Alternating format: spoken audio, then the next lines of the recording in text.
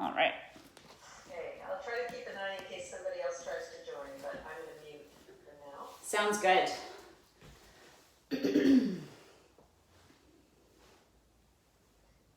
All right, so we're gonna start on our backs with a bit of breathing. You could also sit in any kind of seated position that suits you if you'd like, or just lie flat on your back in Shavasana too.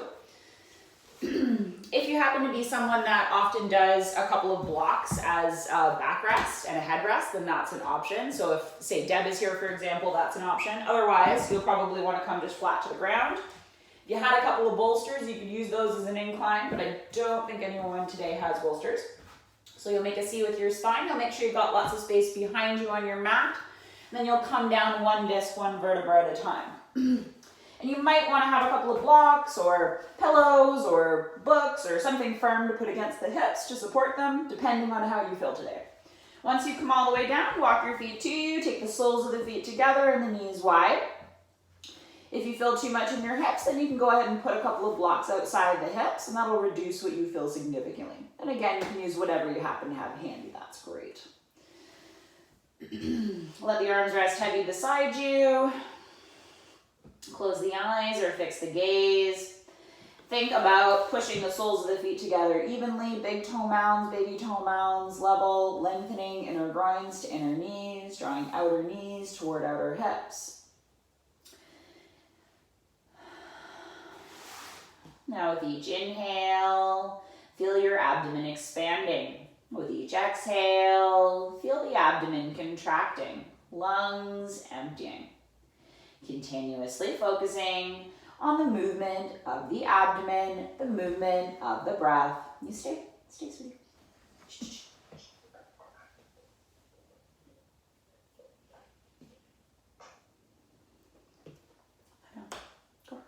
Go lay down. Go lay down. Come on. Go. 10 more rounds of breath. Abdomen filling, abdomen emptying.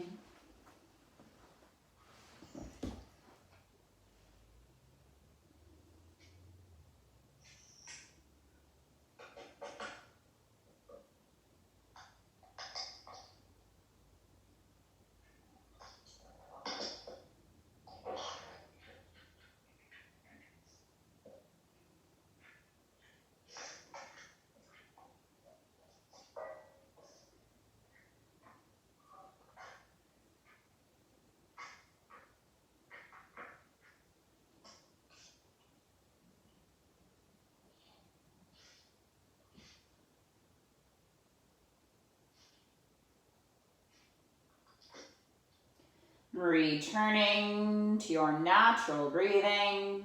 Let's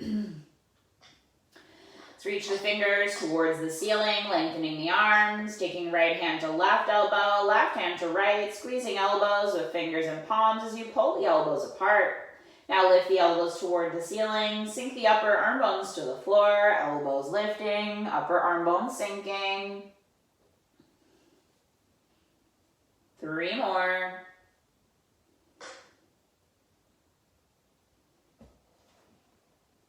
Then finding extension with no tension, take the elbows toward the legs, toward overhead, toward legs, toward overhead.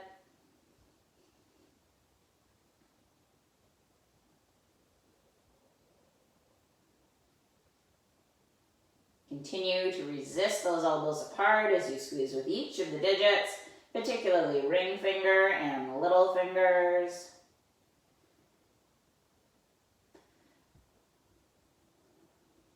Three more, back and forth.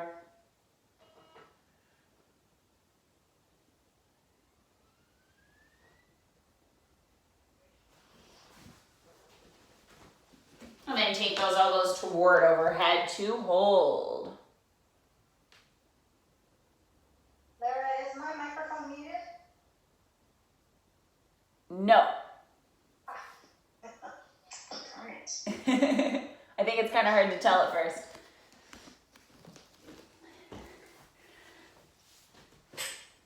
Yep, there you go. You're good. Perfect.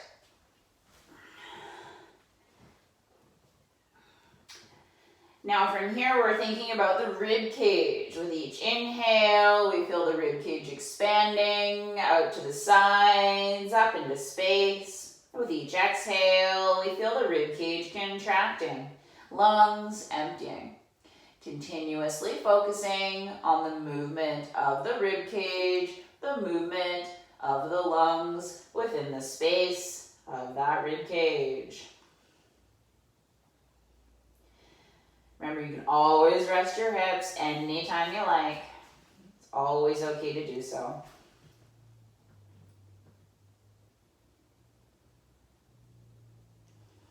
Feeling the breath not only move into the front of the body, but also toward the side and back body.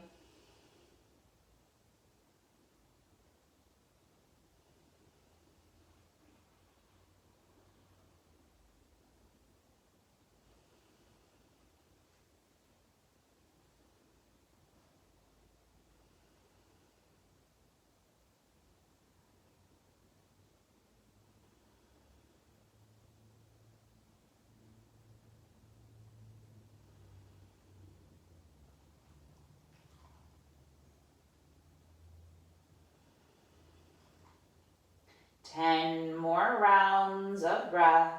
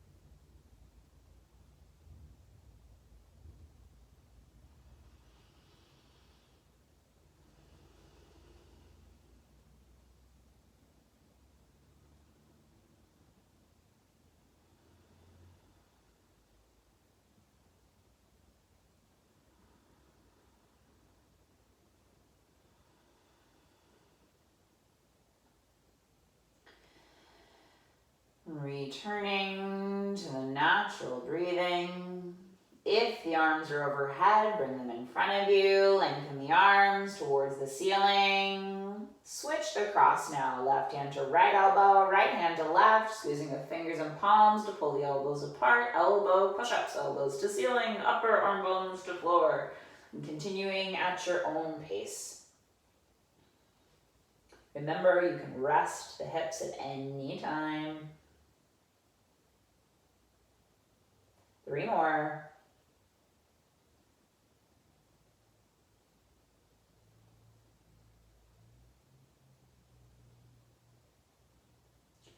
And find extension with no tension in neck or jaw. Make sure you could move your head from side to side if you wanted to. Elbows toward legs, toward overhead, toward legs, toward overhead. Maintaining resistance. Every single digit evenly contributing. Are we too late to have somebody else accepted into the class? Oh, no, that's fine. Totally fine. Go for it. Nancy, are you able to do that? Yeah, I'm doing that right now. Sorry, I didn't notice that they were there, so thank you. Thanks, Nancy. Appreciate it.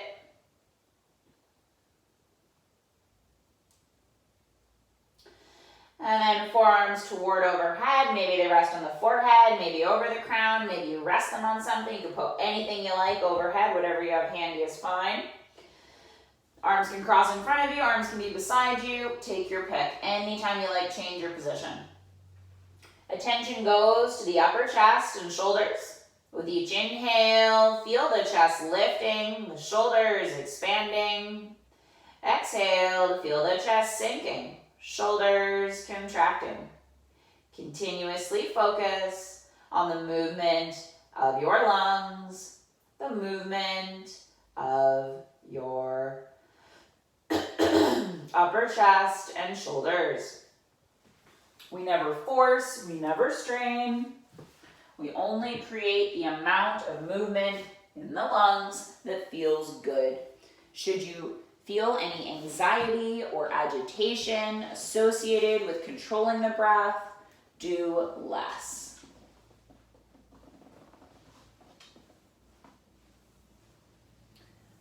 Pranayama preparation, or learning to control the movement of the lung tissue, further expanding, more fully contracting the lungs. Not only does it increase our ability to strengthen and create flexibility in the lung tissue, but over time it will make anxiety easier to control, stress easier to control. However, these are things that come in time and only when we do not force. It can have the opposite effect if we try too hard. 10 more breaths, just like that.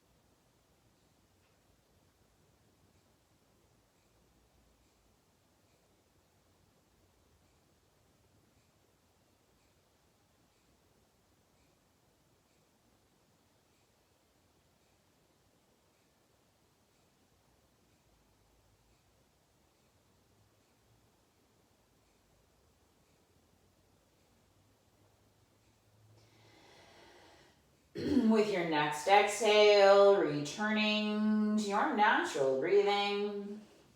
Inhale to bring the elbows in front of you. If they're overhead, reach the fingers towards the ceiling, lengthen the arms. Go ahead and rest your arms beside you now. Hands support your thighs. If they're still wide, you're going to bring the knees to touch. Knees touching, keep them touching, walk the feet apart. Outer edges of feet are parallel, so you're pigeon-toeing the feet a little. Knees and thighs squeeze firmly. It's as though you're rolling the inner groins toward one another and then toward the end of the mat. The thighs squeeze together, the ankles pull apart. We try to press into the inner heel, outer heel, big toe mound, baby toe mound. So all 4 portions of the foot that are touching the floor, including all of the toes evenly. And then we're lifting the arch of the foot here by pulling the ankles apart. And it makes a big difference in how this feels in the lower back. And you can always take a glance if you like to see if they're even. You can get them as wide as your mat if you want. But you should never feel your knees here. If you do, you go closer with the feet. Squeeze the thighs more firmly. And you're more than welcome to have a block between your thighs here, or something between your thighs here if you like. That can keep your mind focused a little more firmly if it's a challenge. Let your arms be heavy beside you, arms closer to you to feel less, arms closer to shoulder height to feel more. You could do more still by taking cactus arms or a 90-degree angle elbow, right? That's a really nice option as well. You could do fists, you could spread your fingers. If you have a couple blocks, you could put one on each palm if you wanted to. Lie down, Daisy.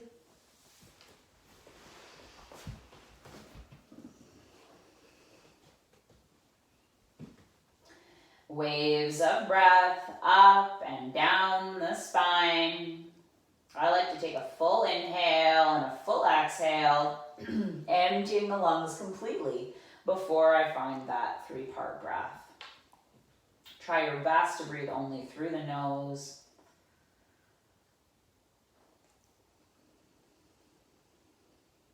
And if you are congested, breathe as slowly as you can through the smallest opening necessary through the mouth.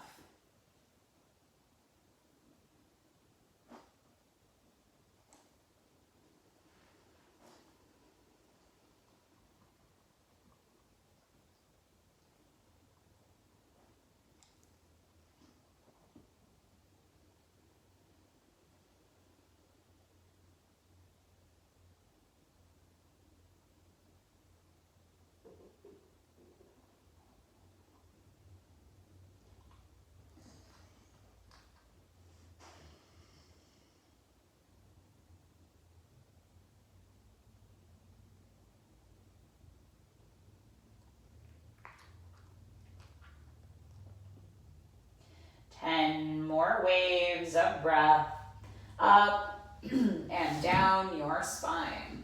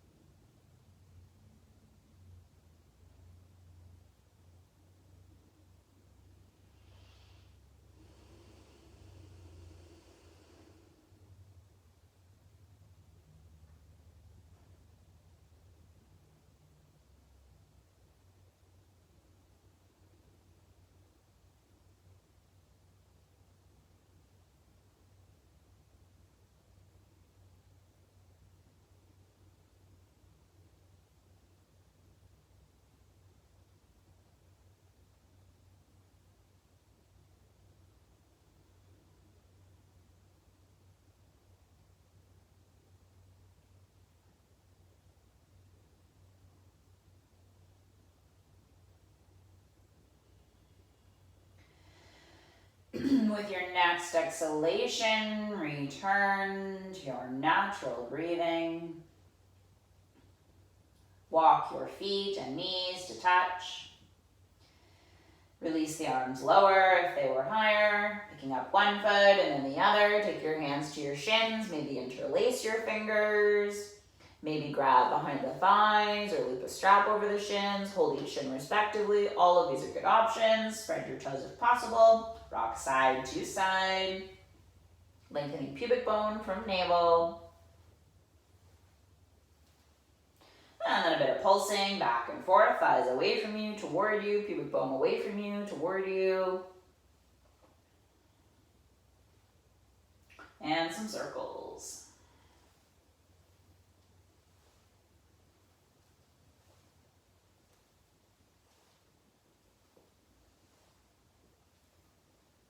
Change direction with the circles. Change the interlacing of the hands.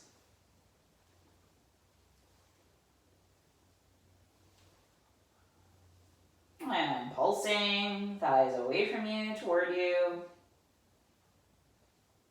Think big toe mounds, baby toe mounds level if that's available. Rocking side to side once again.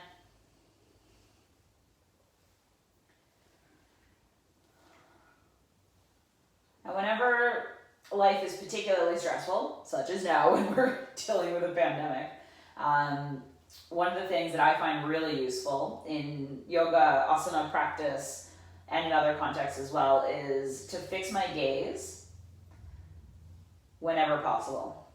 And to resist the urge to blink whenever possible as well. Whenever you have a moment, particularly if you're experiencing more stress or more anxiety for whatever reason, it can make a very big difference to fix the eyes and resist any movement there.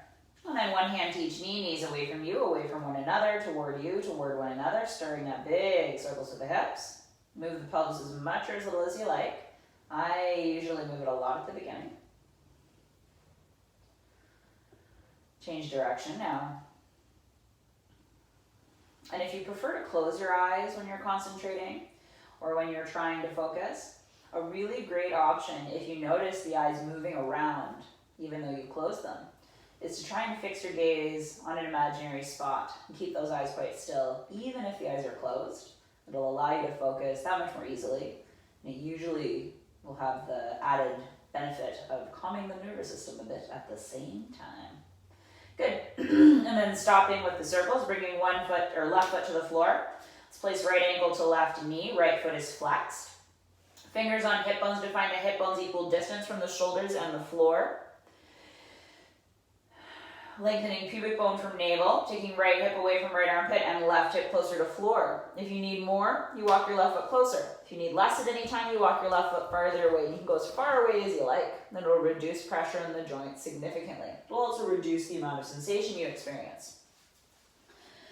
If you needed more, your foot was quite close to you, you could lift your heel. You could slide a block under your foot at any height you like. You could even have this foot against a wall. That's another way to practice this posture. If you're somewhere in the middle, maybe you want hands for support or strap for support. You can use any kind of tie you have handy. In this case, you're pushing the thighs away from you, you're pulling them toward you. And here we're looking to not have more weight on one side of the pelvis versus the other. So this is if I put more weight on the right hip versus the left. This is more weight on the left versus the right. I want to be right in the middle.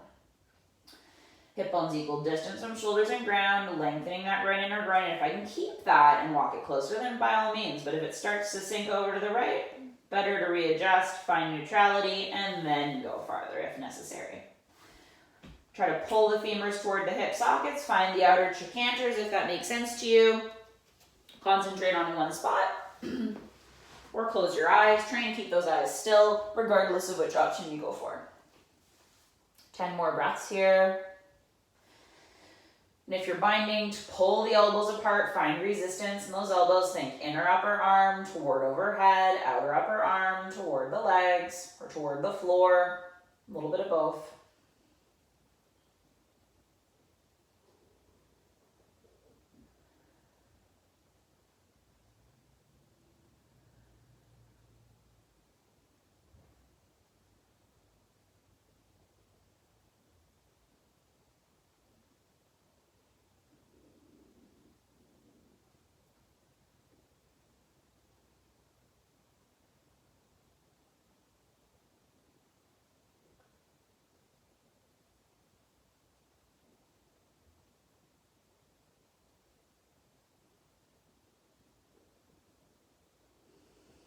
Focus on the lungs, expanding and contracting.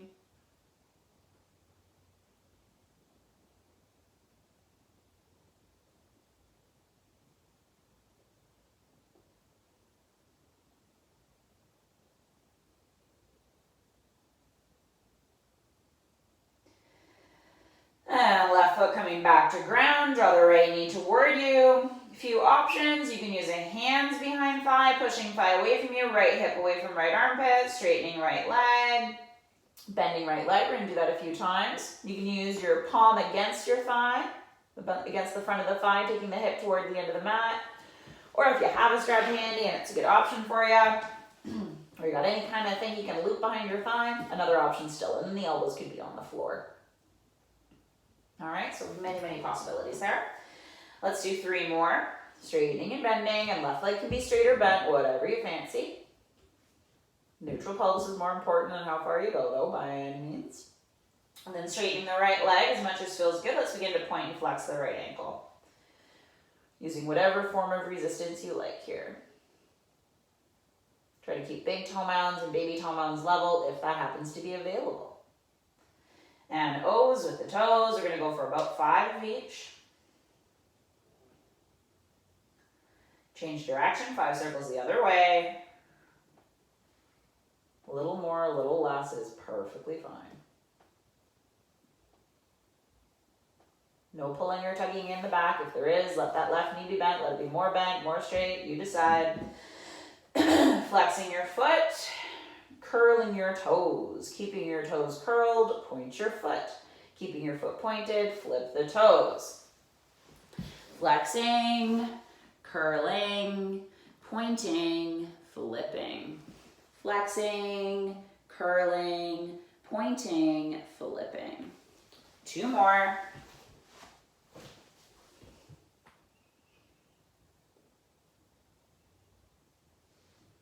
Perfect, and then lower that right leg to the floor, bend your knee, feet and knees at hips distance apart, place left ankle to right knee next.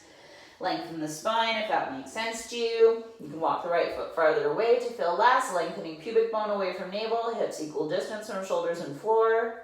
If you wanted more, you walk your foot progressively closer, but you don't let that left leg come toward you. You're keeping it away, and you can even hinge that left thigh away from you toward you, left knee toward you, away from you a few times. And notice you want to keep that left thigh away. Right hip to floor, left thigh away. If you still needed more, you could lift your heel. You can add a block under your foot. And the higher the height of the block, the more you're going to feel, right? You're still taking the thighs away regardless. You can use your hands or your strap, of course. If you choose that option, you must create resistance, even more so. Once you've found your depth, fix your gaze, close your eyes, try to fix the eyes in stillness, regardless of whether they are open or closed. Concentrate on the movement of your lungs. 10 more breaths.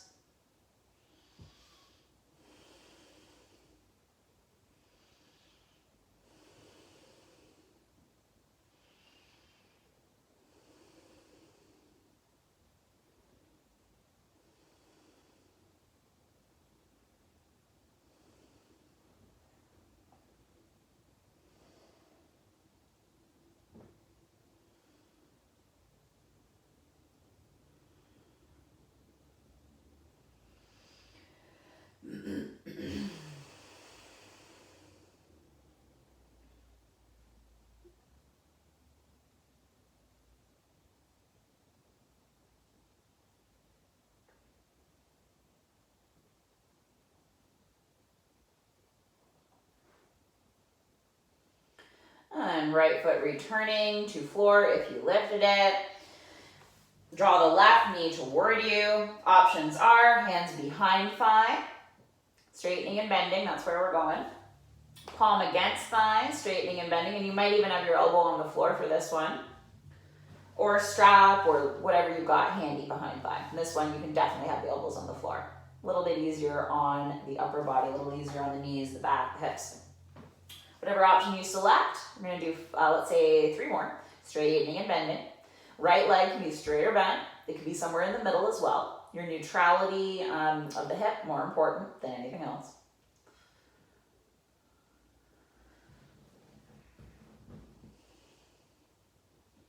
And then straightening to hold, pointing and flexing the ankle, resisting that outer left hip away from you, regardless of whether you're using that resistance behind the thigh or against the front of the thigh. Both work. And circles, about 5 of each. A little more or less is perfectly fine. Going the other way.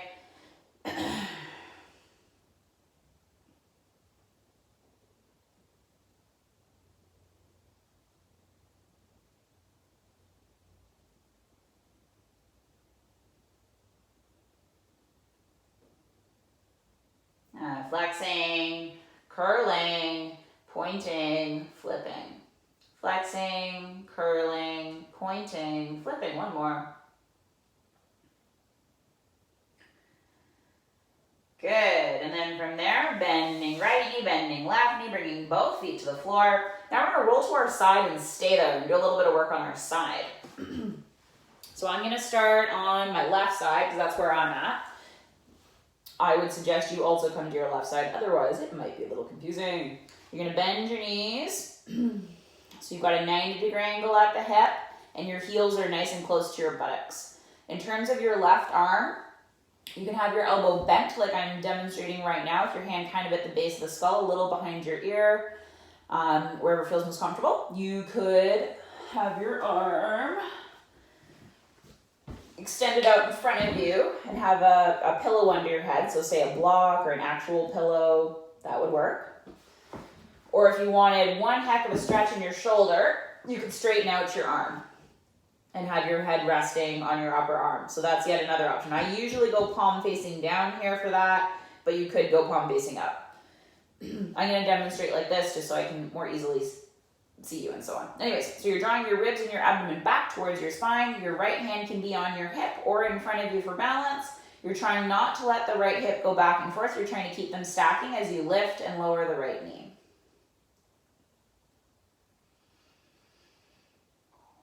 And you could stack a tall block behind you if you like. And then if you were to knock it over, so if you go too high, boop, knocks it over. Don't go too high, keep the neutral. You won't knock that block over. And you're thinking about spreading the toes, flexing the feet, trying to keep the knees stacking.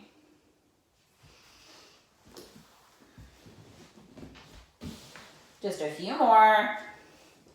Fantastic for strengthening the buttocks, obviously. Also really great for various muscles in the hip as well.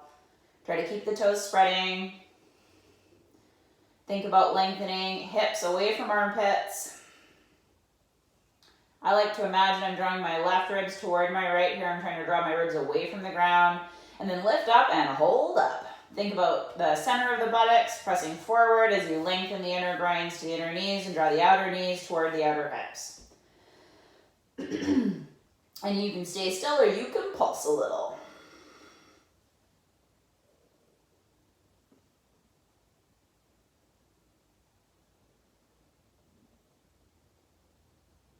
Fantastic for your lower back too.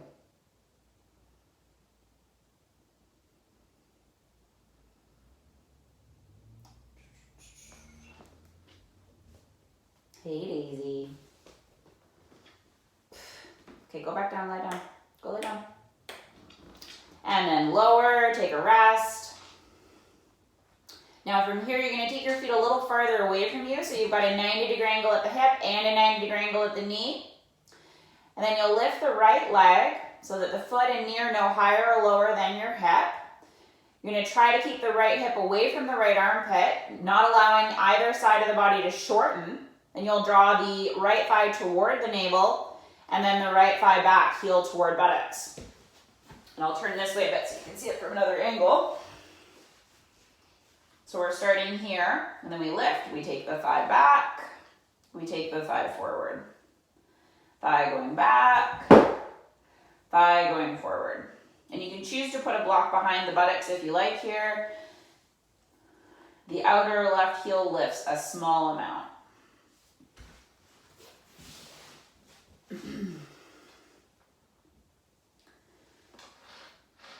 Drawing the abdomen, the ribs toward the spine.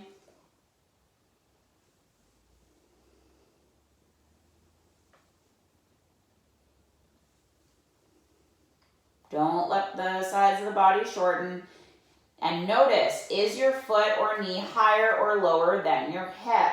Keep them level as though you were trying to hold something up on that hip and knee, and you don't want to drop it. And you're keeping the 90-degree angle bend the whole time. So the knee is a 90-degree angle the whole time. You'll get a lot more out of it that way. If you straighten your leg when you bring it forward like this, you won't get so much out of it. I would keep it bent the whole time. All right, and then take the thigh back to hold. Not letting the foot be high, not letting the knee be high, but keeping it level. And then pulse as though you were kicking something that was just out of reach. Just like that. Something's just out of reach and you're tapping it.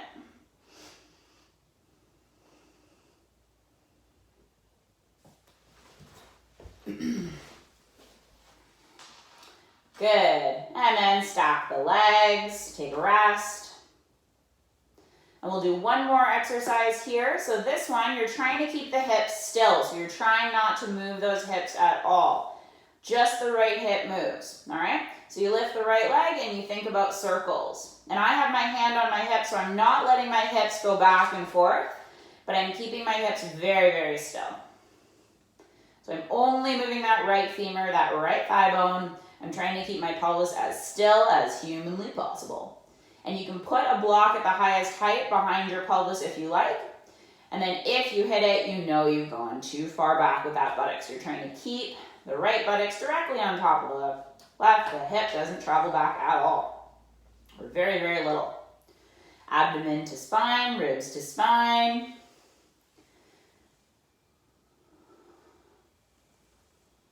Change direction now. Aiming for the largest circle you can without losing that neutral pelvis. This one really gets into the butt and trochanter area, so if you feel a cramp at all, take a rest.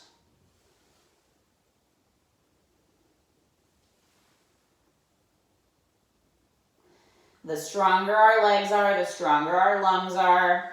There's absolutely no doubt about that. The numbers don't lie, statistics tell all. Good. And there's such an enormous correlation between the strength of your femoral artery and your pulmonary artery. Just saying, it's out there. All right, now we're gonna go forward again, this time as big as you can. Make the circles absolutely massive. Go as big as you can. Still try not to shorten the sides of the body if you're in a bendy body, but go as big as you can.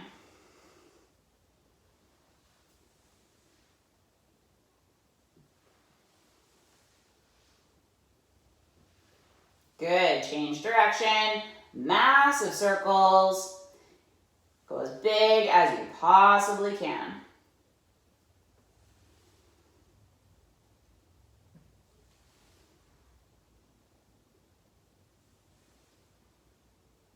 If you have any questions, just let me know. Yeah, I know it's hard. It's really hard, but it's so good for your knees. 2 more. Just 2 more. You'll be shocked by how strong your hips are after all this work. All right, and then relax. Well done. Yeah, you did it. Now turn over. Other side. And this stuff is really challenging, but it's really good for you. It's worth the effort. So find the position that works best for you. You can have your hand at the base of the skull. You can have your arms straight. You can have a pillow under your head, a block under your head. You want your knees deeply bent. You got your heels close to the buttocks. You got a 90-degree angle at the hip. Left hand can be in front of you for balance or on the left hip if you like. The outer right heel lifts a little. You can lift your feet a little if you want. And then you lift your left knee, you lower your left knee.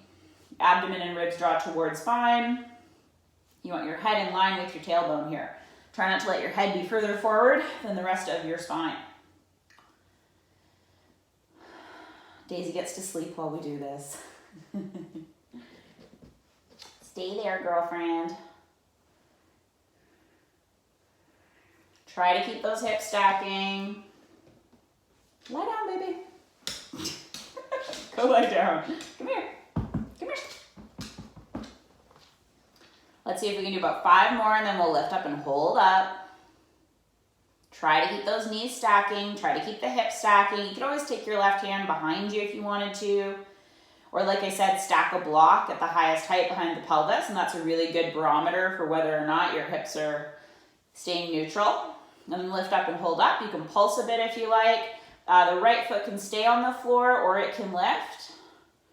If you do lift it, it's a little bit less stable, but you might find it easier, you might find it harder. Both are possible. Try to draw the ribs to the spine, away from the ground a bit if you can.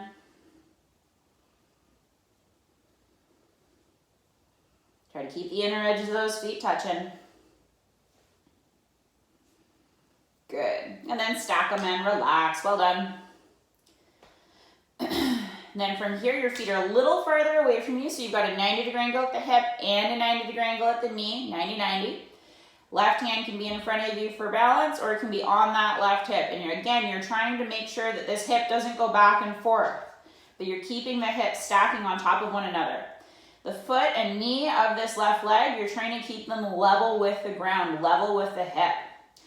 Trying to pull the left thigh toward the navel, and then left thigh back, heel toward buttocks. And as you go, you're trying not to lift your foot, trying not to lower your foot. Same with the knee. As you come forward, you don't straighten your leg, you keep it bent. We all know we can straighten our knees, so it's not about that. It's all about moving into one particular area and really strengthening it in isolation. Learning to control the body allows us to control the mind.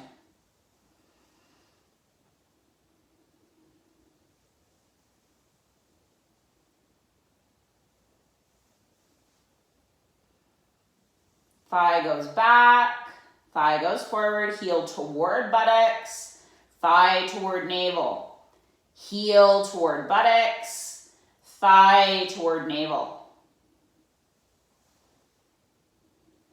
There we go, that's it. 3 more.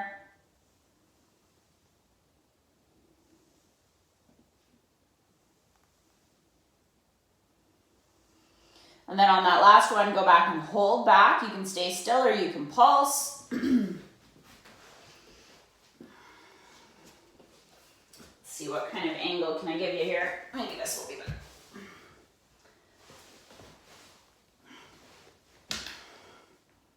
There we go. So it's like you're hitting something that's just out of reach and you're kicking it with your heel. Not letting the foot or knee go lower or higher than the hip if you can avoid it. Trying to keep the big toe mound and baby toe mound level if you can. Trying to keep the head in line with the spine. Nice. And then go ahead and relax. Well done. Got one more little bit to work on here. Those circles. So you want a 90-degree angle hip, 90-degree angle knee. Left hand can be in front of you for balance, or left hand can be on top of that left hip. You lift your left leg, and you start with small circles, small controlled internal rotation circles. You're trying not to let the left hip go further back than the right. You can have your hand behind you if you like, have a block behind you at the highest height, have your hand on your hip, not letting the right side of the body shorten, but keeping it nice and long. Same goes with the left.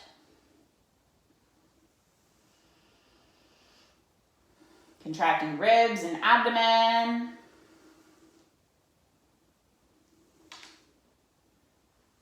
Going the other direction. Slow, controlled, neutral pelvis circles.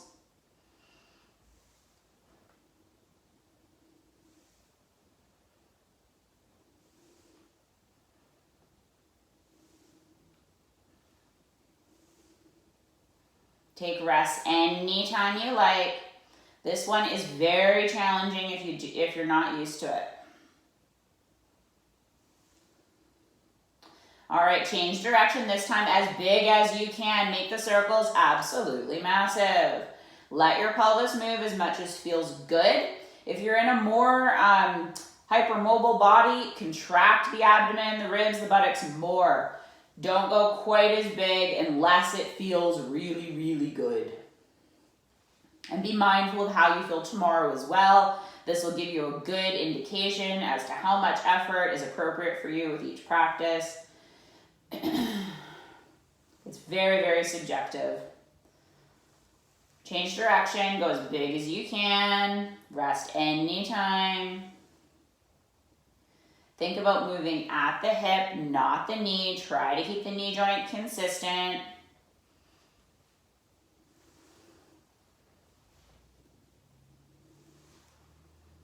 Fantastic for the SI joint area. I used to have pretty significant chronic pain in that area due to a couple of injuries and just hypermobility in general. And if I work on it consistently, the pain is gone. And it only comes back if I get lazy and I don't do kind of my homework or the things that I know really work for me. But it takes a while to figure out what's best for your particular body. One more. We all have different needs, of course, at different times. And then relax. Well done. Now from here, we're going to come briefly onto our back for one little bridge pose. So here you can have your arms beside you. You can do a bent elbow version, whichever you like.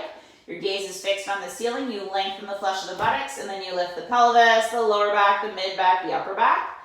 And I encourage you to come in and out a few times, maybe 3 times, and then come up and hold up. And we're going to aim for about 1 minute here, so that's perhaps 10, 15 breaths, depending on the human. Think of contracting the buttocks. Imagine you got a block between your thighs and squeezing it. If you actually have a block, then feel free to use it.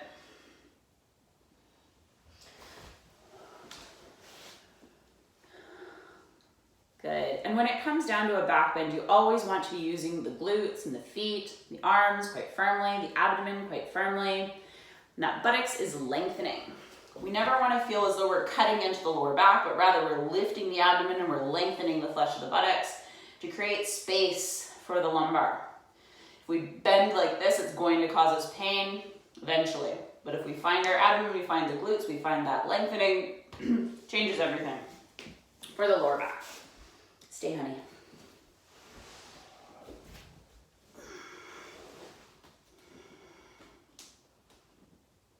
Ten more breaths.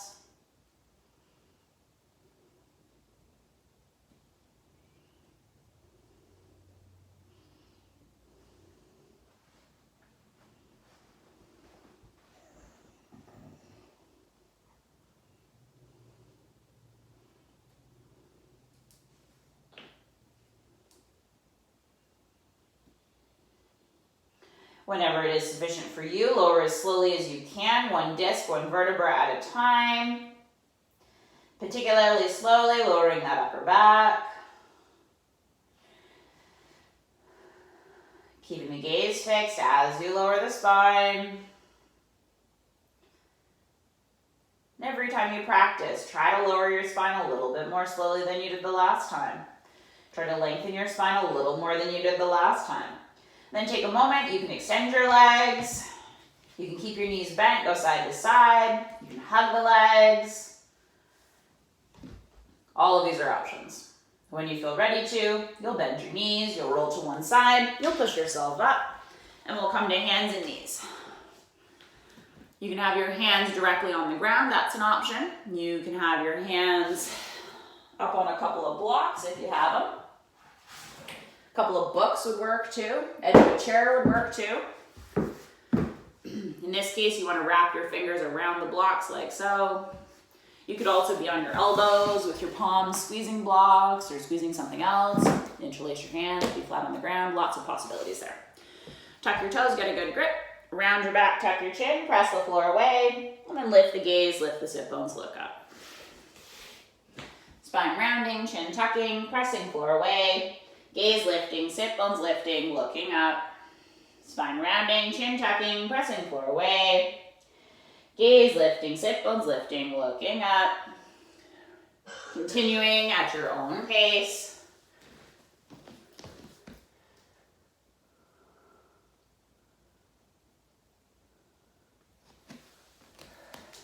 Let's do 3 more.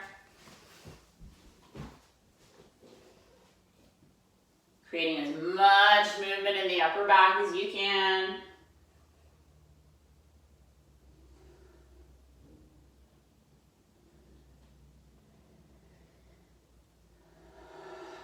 Then pointing feet, dragging the heels away from you, finding a lift in the ankle, upward dog foot, and circles with your hips. If you feel your wrists and you don't have blocks, bring your hands farther forward, bring them wider. It'll reduce the pressure. If you feel your knees, make sure you do a little bit of extra support under them. You can roll up a mat, you can do some firm pillows, whatever you've got handy to reduce the pressure, increase the cushioning.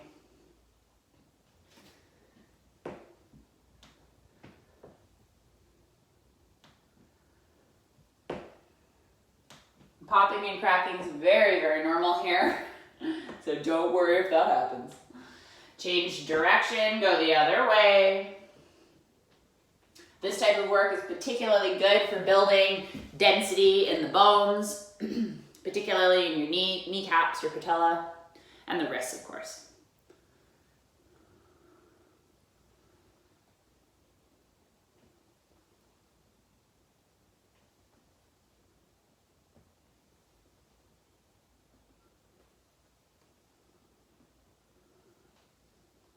Good, and then ceasing the circles, tuck the toes, get a good grip. And then from here, if you've got blocks, placing them under hands. If you don't, I'll show you a few ways to get in and out. We're gonna do a lunge. You can wrap your fingers around the blocks if you have them quite high and quite wide. You'll step the right foot either between the blocks or bring your right hand block closer to center to step on the outside. And the idea is similar if you don't have any blocks. You can be on your palms or your fingertips or your fists. Bring your right hand block closer to center and then step on the outside. You might step a little back here and just kind of scooch forward. Or it might be a bigger step. It does not matter either way. What matters is you're relatively comfortable and you can find a shape that doesn't cause you any pain. So it can look a bit like this, it can look a bit like this. All sorts of possibilities there, all right? If it's feeling pretty good, you want more. We're gonna work a tucked toe foot this time, or a pointed foot this time. So foot is pointed, heel is dragging away from you, and it's gonna look a bit like this. So right foot is forward, left foot is back, you're dragging the heel away from you, you're lifting the chest, you're lifting the abdomen. And you can stay here, you can come to your fingertips, you can bring your hands to your thigh, your hands to your hips. You can interlace your hands at your head if you wanted to. Lots of options. We're gonna see if we can take 10 more breaths. Outer right hip, drawing back down and in as you kick the shin forward.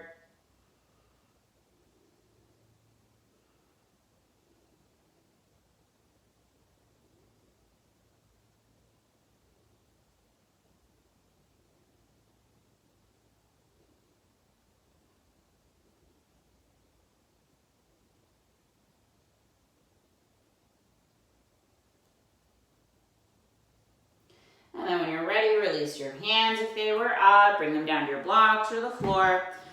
Tuck your toes, bring your hips back, take your foot back, bring the left foot forward, either between the blocks, on the outside of the block, whatever you fancy. Back toes pointed, drag the heel away from you, lift the chest, lift the abdomen. Either stay right where you are or come to your fingertips, bring your hands to your thigh, interlace your hands at your head, whatever you like. Think about kicking the left shin forward, drawing the outer left hip back down and in, lift the abdomen, lift the chest, kick into that right foot. Remember, if you feel any pain anywhere and you're not sure how to get rid of it, let me know.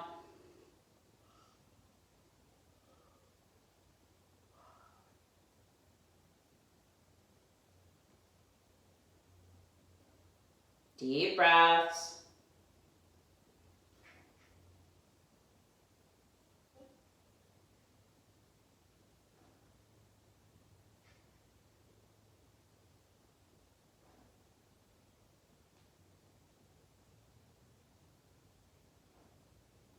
Good, and lowering hands, hips going back, foot going back. Now you have lots of options. Your toes are tucked here, your hips are nice and close to your heels. You can stack a block under your head at whatever height you like. You can extend your arms and have the head hover, or maybe have a block under your head and have the arms extended. That's something in between. Or you can extend the arms and lift the knees. That would look like so from the front. If you're looking for more stability in the shoulders, then I think of externally rotating. So inner upper arm forward, outer upper arm back. I pull the elbows apart as I push with the palms. I think of lengthening the tailbone, the hip creases away from the armpits and vice versa. I imagine I've got a block between my thighs. You can add one if you want to. Feel the back of the body expanding as you breathe in. Feel the back of the body contracting as you breathe out. And dogs, you can have, or whether you're doing the knees lifted or knees lowered version, you can spread your fingers, you can squeeze them together. It feels quite different. Feel free to practice either way. Fingers together is a more classical option. Fingers spread wide tends to distribute the weight of the wrist more evenly. Or the weight of the body into the wrist more evenly, rather. Let's take 10 more breaths.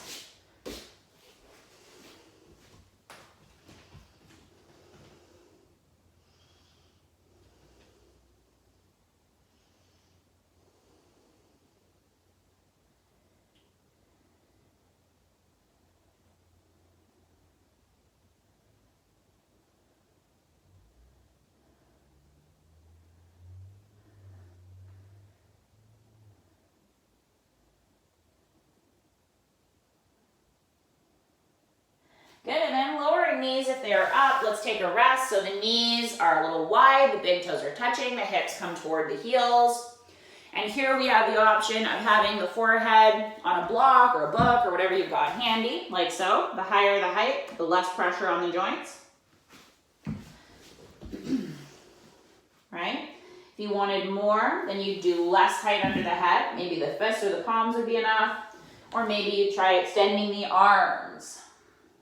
And that'll increase the pressure in all of the joints. It'll increase what you feel in the shoulders. If you still wanted more, you could pop up under the fingertips. And that'll increase what you feel quite a bit, particularly in the shoulders. If you felt your knees, adding more height underneath makes a big difference, as would putting a roll in this portion of the knee. So say you had like a hand towel or something, you could roll that up. Slide it behind the bend in the knee. That'll often take a huge amount of the pressure out. Or if you had a small bolster, something like that, a blanket rolled into a small roll, that would work quite well too. And if you were to get cramping in the bottom of the foot, put the roll underneath the front of the ankle, right under here, And that'll take it out of the foot if you're getting cramping in there or pain in there.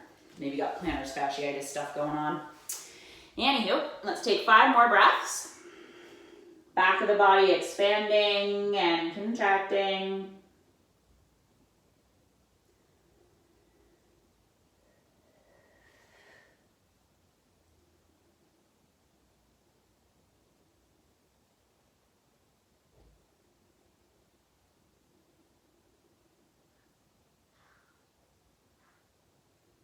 Good, and then come on forward to hands and knees. Have the knees and ankles a hips distance apart. Stretch the right toes away from you. Take them farther away than the heel. And then heel farther away than toes. And then baby toe edge of the foot away from you. So taking the left toes farther away than the heel. Heel farther away than toes.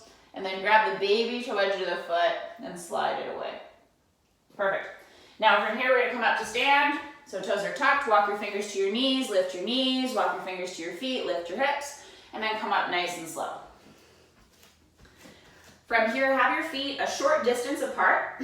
Lift the right heel. Take your heel to touch your ankle, or your foot to your calf, or your thigh, somewhere in there. Push your foot into your leg and your leg into your foot. Lift your chest, lift your abdomen.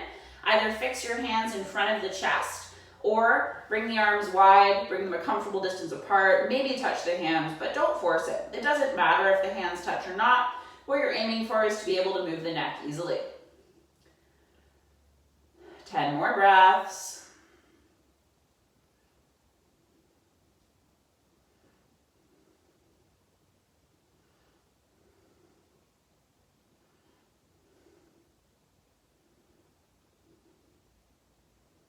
Vrikshasana or tree pose, fantastic for stretching the shoulders, the hips, and of course increasing our ability to balance. Great for the upper back and wrists as well. Over time, it strengthens the palms significantly, as well as the feet.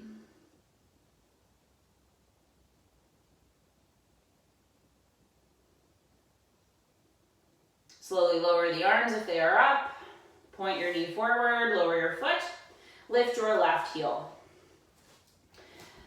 Bring your heel to touch your ankle, your foot to your calf, your thigh, anywhere in between is fine. Pushing into the feet, lifting the abdomen, lifting the chest, lengthening that left inner groin. You can touch your hands in front of you. You can sweep the arms wide, taking them perhaps a shoulder's distance apart or wider, bringing them closer together, perhaps touching if that feels reasonable. Concentrating on one spot.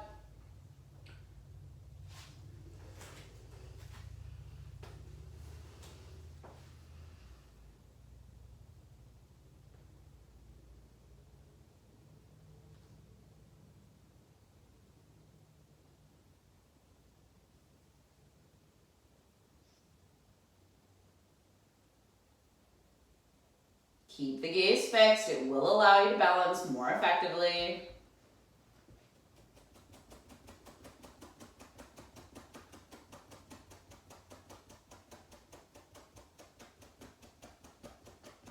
And then arms releasing, knee pointing forward, lower your foot. Rest, let the feet be apart.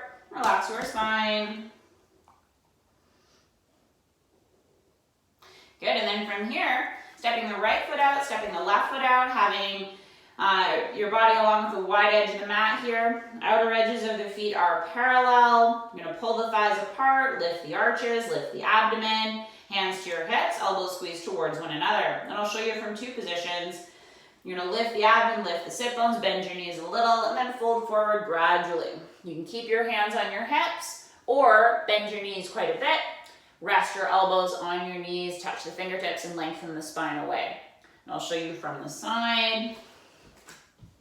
Outer edges of feet parallel, bending the knees a little or a lot, elbows squeeze together, abdomen lifts, we fold forward.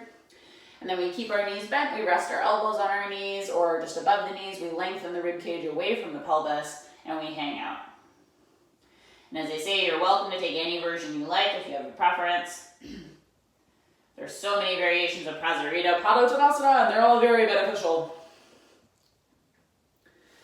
If you had a couple of blocks, you could have your hands up on those if you fancied it. But it's definitely going to provide a huge amount of benefit to keep your hands on your hips or your elbows on your knees. Let's see if we can take 10 more breaths.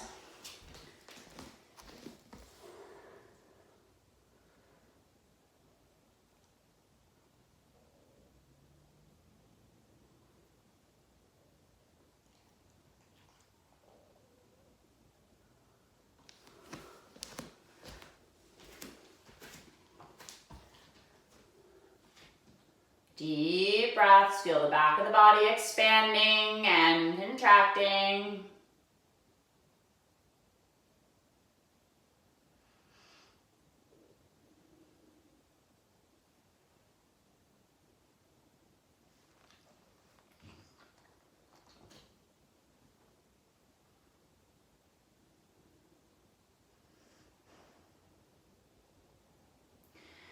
And when you're ready to do so, your hands will come back to your hips. You'll bend your knees more. You'll come up gradually, a little bit at a time. Once you're all the way up, release the arms. Step the right foot in, step the left foot in. Take a little rest.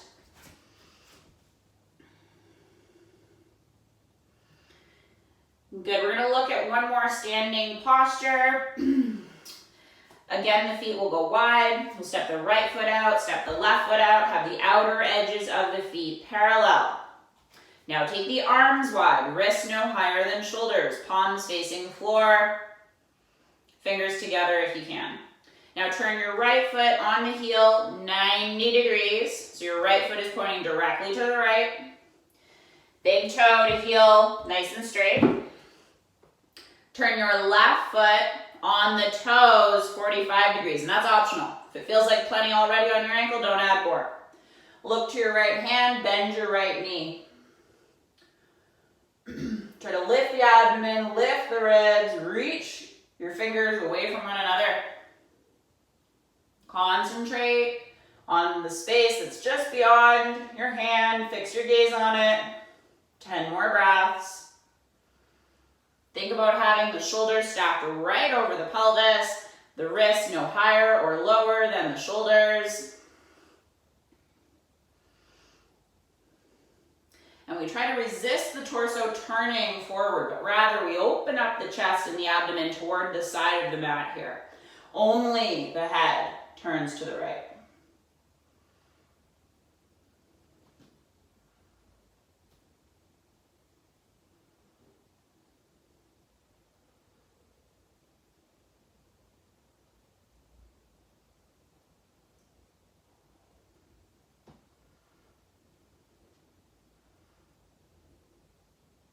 Good, and then straighten your knee, lower your arms, turn your right foot on the heel 90 degrees, turn the left foot on the toes 45, and then step the feet in for a moment. Have the feet at hips distance apart or together, palms face forward, chest lifting. Fix your gaze or close your eyes, take 3 deep breaths.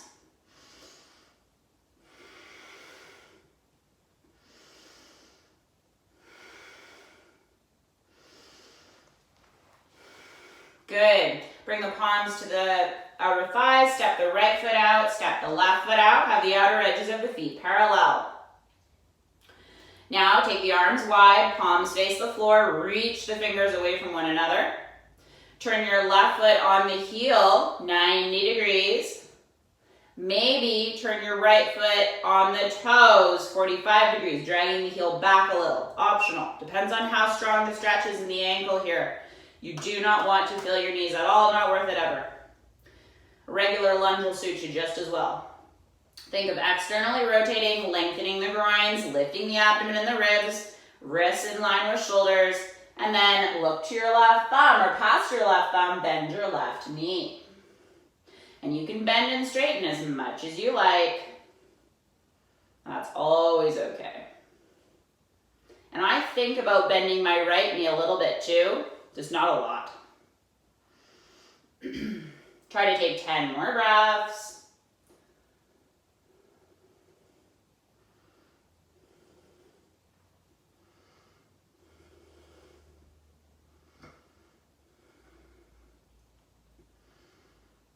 I imagine that I'm kicking my left shin into an imaginary surface, and I'm drawing my outer left hip back into that hip, or outer left thigh toward the hip as I lengthen the groin. Keeping those shoulders with the pelvis, keeping the chest open to the side of the mat.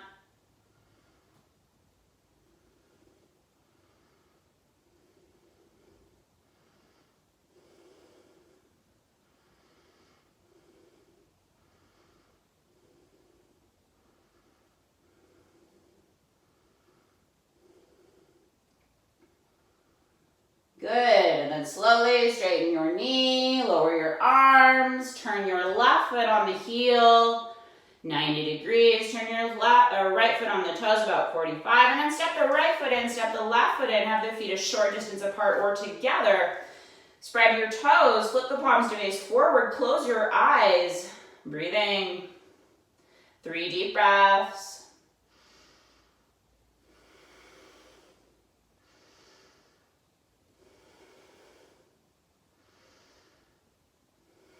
Good, and then opening the eyes, separate the feet. Now we're going to come down to the mat for a malasana or a squat.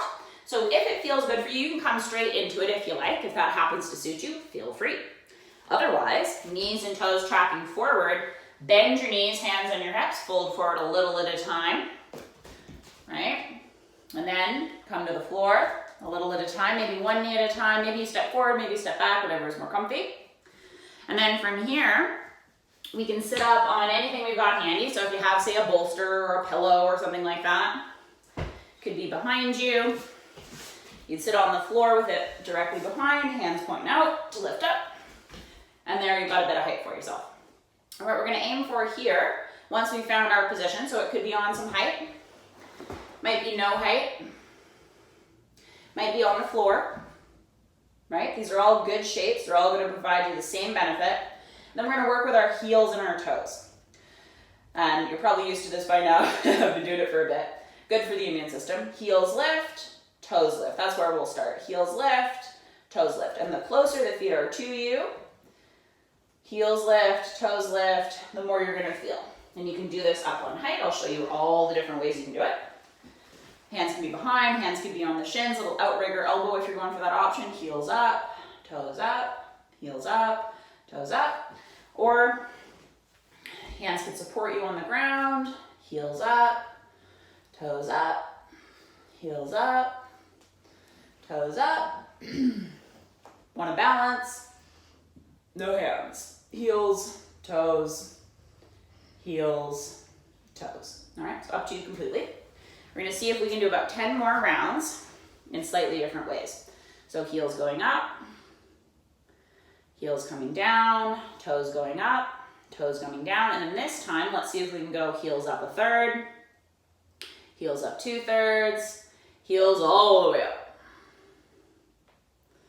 Heels drop a third, 2/3, all the way. Try to lift just your big toes, and then see if you can lift just all the other toes. Lift all the toes. Lower them. Lift the heels a third of the way, 2/3 of the way, all the way. Once more, heels drop a third of the way, 2/3 of the way, all the way. Try to lift all of your toes, lower all of your toes, lift just the big toe, and then lift just all the other toes. Let's see if we can do 2 more rounds, heels lifting a third of the way, 2/3 of the way, all the way. Heels drop a third of the way, 2/3 of the way, all the way. Lift all the toes, lower just the big toes, lift all the toes, lower all the toes except the big toes, and lower everything. All right, let's try one more. Heels lift a third of the way, 2/3 of the way, all the way. Heels lower a third of the way, 2/3 of the way, all the way. One more round with the toes, lift them all. Lower the big toe, lift the big toe, lower all the toes, and then relax your toes. All right, And then come out of your position, regardless of what it happens to be. If you're not on height, you bring one hand behind, other hand behind to lower. If you are on height, bring the feet further forward. Use your hands, lift up, come off, and then relax the legs. We'll take our legs straight out in front of us. You can choose to have the fingertips behind you, lift the chest, lift the abdomen. We're going to move our ankles here. If you're a big fan of a shoulder stretch, you can slide your hands back. This is a wrist stretch also, and then bend your elbows. So same idea either way. Choose an option that doesn't cause you any pain. And some circles, drawing O's with our toes. Push into the heels here. Don't let your heels pop up. It'll bug your knees eventually. Change direction. Or at least it bugged mine eventually. Good. And then flexing, curling, pointing, and flipping. And remember, change your position with the arms whenever you like. One more round. Wonderful. And then relax the legs. So from here, we're going to do a seated twist. I'll give you a few options. Option 1, bending right knee, right foot in line with left knee or a bit wider. Got any back stuff, knee stuff, go wider. It'll be even more comfortable. Closer together is great too. You can even pop your butt up on a bolster if you like, or whatever you got handy. Left hand to knee, right hand behind, chest lifts, abdomen lifts. We twist toward our knee. If you were pregnant or working with any kind of abdominal pain or pressure, I'd go the other way. All right? Twisting to the right. If bending both knees in this position is really suitable for you, then you'd bend your left, followed by your right, and then again you'd twist to the right. All right? Hand can be on knee, arm can be outside knee. You could wrap the elbow or the forearm. Lots of options there. Fix your gaze, close your eyes, 10 breaths.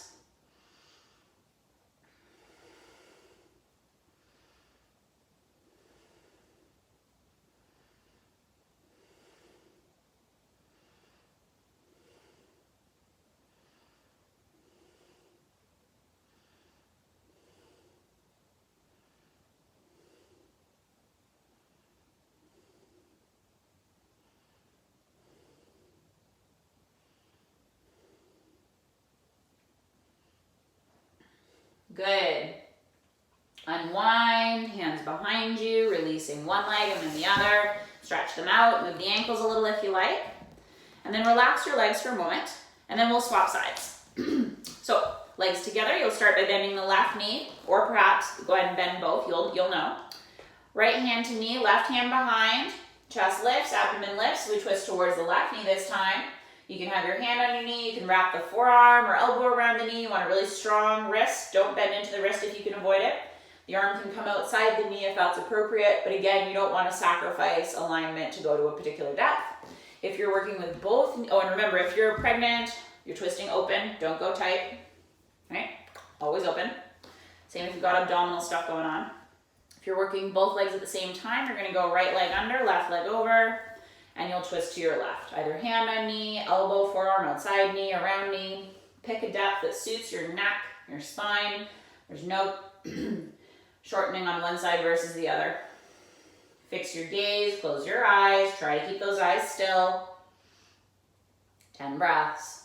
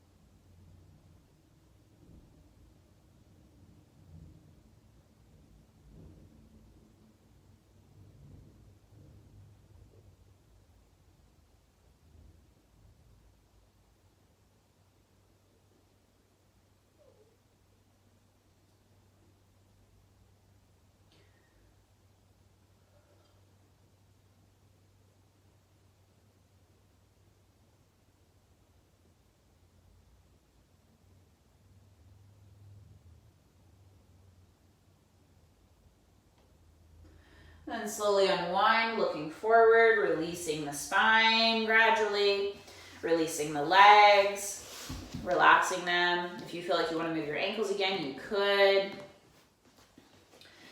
And then from here, let's make sure time. Okay, perfect. So from here, we're gonna come, bring the soles of the feet together and the knees wide. You want your heels a comfortable distance from you, so we don't want them as close as they can possibly be. In this case, you're looking for more of a box or a box shape with the knee, so maybe a 90-degree angle-ish with the knee. You can take the hands behind you and hang out here. You can have your hands on your shins or your knees or your ankles or interlace over your toes to lengthen your spine any amount you can. And then what we're aiming for here is to find as much length as possible, maintain it as long as possible, and then let the spine round and let the head be supported. So the head might hang, or you might put it on a prop of some sort. So if you had, say, a bolster handy, this would be an example. You could put it on your feet or between your feet and rest your forehead on it.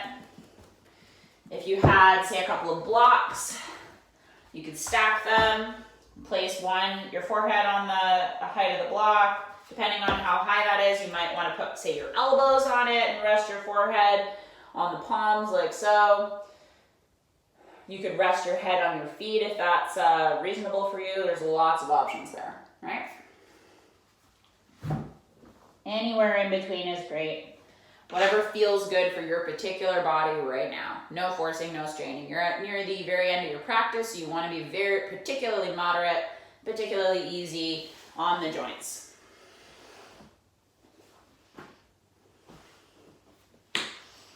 Not the time to go for the most epic stretch. We're going to aim for 10 more deep breaths here. Lungs filling, lungs emptying.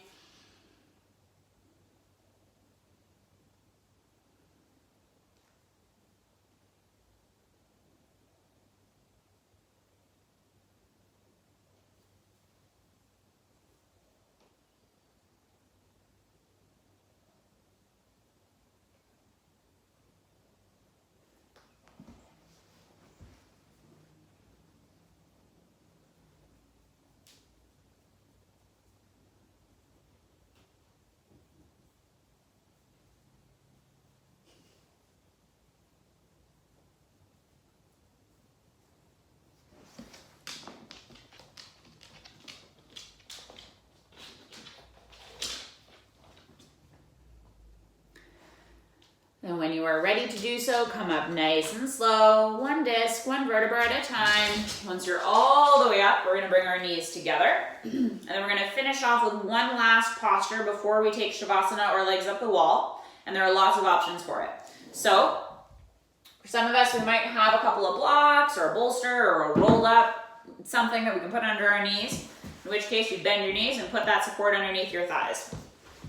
Might look like this. Right, you might have a bolster, anything you got handy is fine. You can also do this with your knees actually bent and your heels on the ground like so.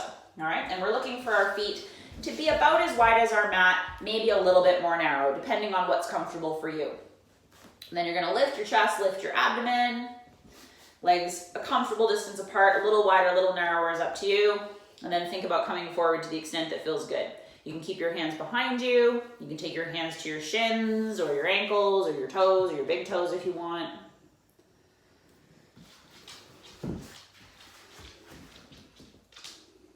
And you can work with straighter legs if you want to. Up to you. Up to 10 more breaths. No forcing, no straining. Thinking somewhere between effort and ease. Half and half.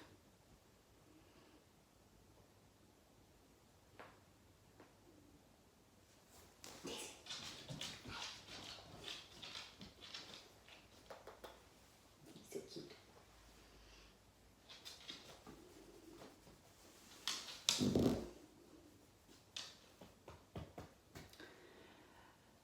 When you're ready to come up very gradually. Take your time, no rushing. And bend your knees. And then we'll either put the legs up the wall or come into Shavasana. If you're taking legs up the wall, I highly recommend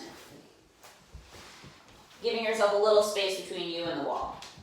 So you'd roll onto the right side, give yourself room, maybe a couple of inches from the wall, scoot in as close as you want. And keeping the knees bent, you'd roll onto your back. And then check out, are your shoulders and your hips in line? And if so, extend the legs, let the feet be a little bit apart, and relax there. To come out, we bend our knees, we roll to one side, and we push ourselves up gradually. If we're taking Shavasana, then we make a C with the spine. We lower down one disc gradually as we go. Extending the legs, letting the baby toes fall toward the floor. Extending the arms, letting the palms face up. Usually the wrists are in line with the waist, but you can certainly change it up based on how it feels. I like to lengthen my spine any amount I can. Clench and relax the palms a few times. Make yourself as comfortable as you possibly can. And then resist the urge to fidget and adjust. Focus on your body, your breathing from the inside. Concentrating on stillness.